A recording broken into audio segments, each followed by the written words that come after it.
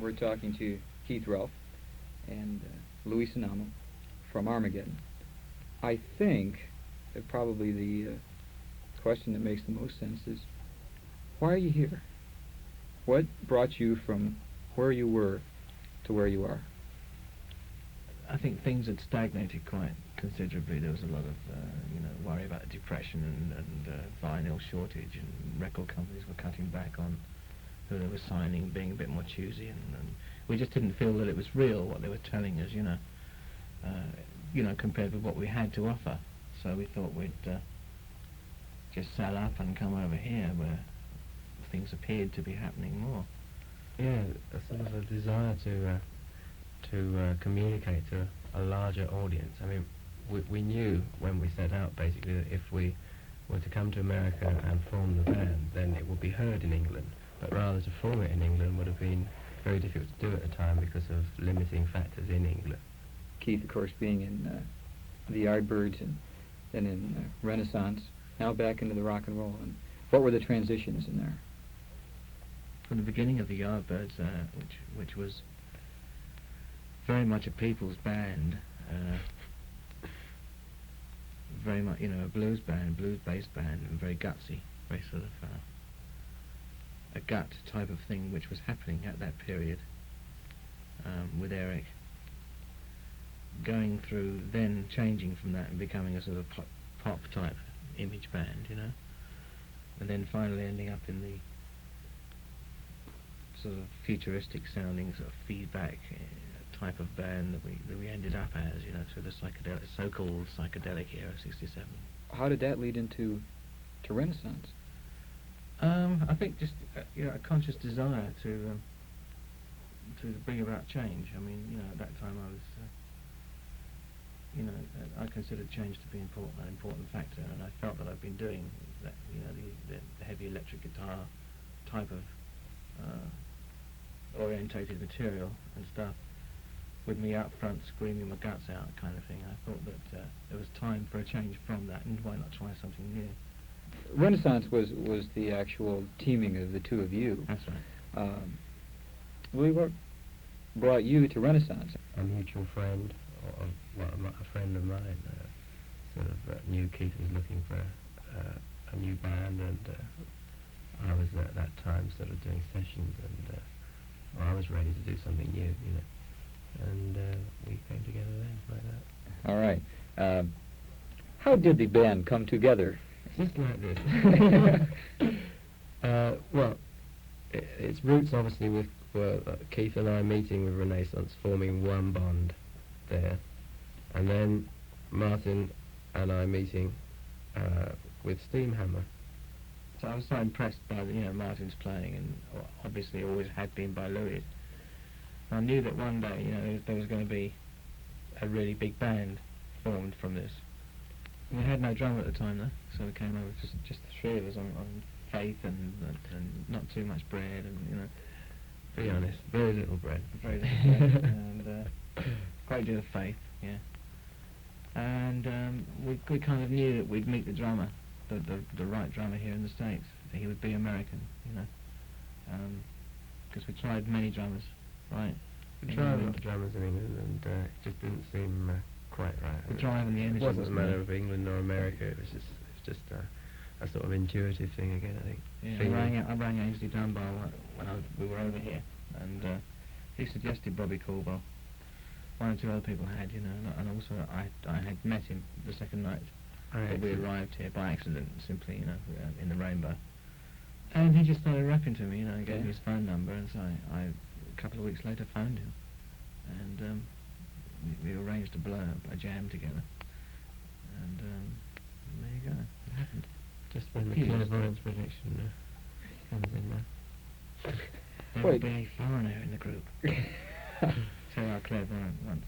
Martin and I were off the road, I mean, we could have gone separate ways very easily, but something kept us together. And same with Keith. I mean, Keith was off in many different directions, searching for something. And suddenly there we were with absolutely nothing but just the faith element of what we were doing was right. And that came in. But that was 18 months ago. What happened between then and today when finally there's an album out on the streets and a Um, tour imminent? One morning I had an appointment with one of the chaps here at A&M, and we at that point were incomplete. We hadn't got the drummer together. He said, "Yeah, well, it sounds good. Why don't you come back when you've got your drummer, and we'll listen to it." And in that meantime, we met Bobby, and had a short rehearsal, or just a jam really. And the following day had a jam here at A&M, and the people here seemed to dig the energy that was going down, and said, "Yeah, we want a band." So then we embarked on a series of lengthy rehearsal periods. I'm curious about the name. Where in this entire evolving process did the name come about, and why? Why? To be really honest with you, I got it from the dictionary. I was looking down through the A's, and there, you know, towards the end was Armageddon, but it did stand out to me really strongly, and it did seem to be very, very appropriate for the both the personalities involved in the band and the times we live in. You know, it just seemed to be a potent, upfront kind of word, because it kind of name. It's a vibration. Strong isn't it? sort of sound. Yeah, it's a vibration. Sort of behind it, although it came about in a sort of very mundane way, as soon as we come to realise just what the word was all about, it took on a completely different feel. You know, we started to identify with it in the true sense of the word. Let's talk about the album a little bit. You were talking before about Last Stand Before, and I was wondering if you'd care to elaborate on that at all. You can say no if you don't want to. Well, That's perfectly all right with me. Generally, it's a very obscurely written, allegorical sort of statement opposing heroin, I suppose. Came from there, really, yeah. You know, but I mean, you can read whatever you like into the lyrics, really. But I mean, they're not.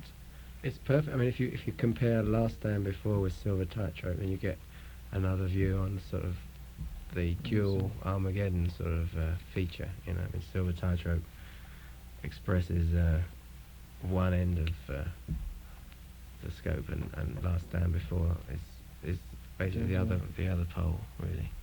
It's a wide scope of expression, you know, or experience rather.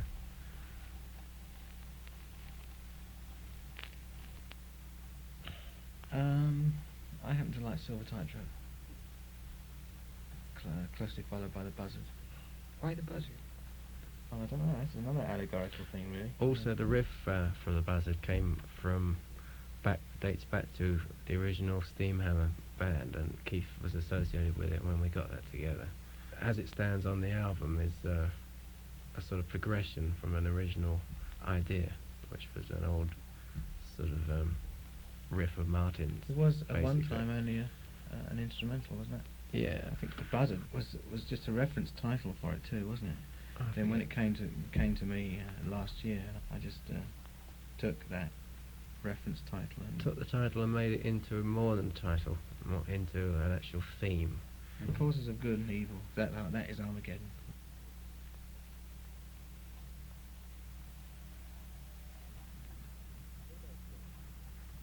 What about the Midnight Sun cut? There's nothing greatly relevant there. I don't think. I think there was just a basic rhythmic thing worked out, wasn't there?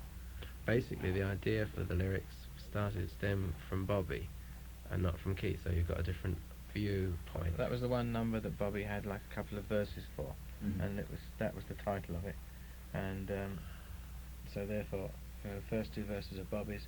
It goes into Brother Ego, which is mine, and the last verse, which is mine as well, and it was really a total collaboration. What are we going to see on the second I would hope progress, you know. Probably more of a marriage now between the very heavy and the lush. The next album should be, in every way, well, it will be a vast improvement, because by that time the band would have been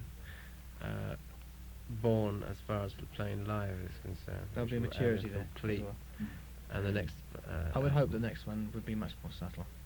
We're going to try and enlarge the scope of the sound of the band and make it, rather than just a bass guitar drums formula, just make sort of the whole thing sound more huge, more just sort of And clean. clean. Yeah, well, it'd be clean and dirty and heavy and light and so on and so forth. It feels logical and it feels like the right time and place to be in. Simply that, really.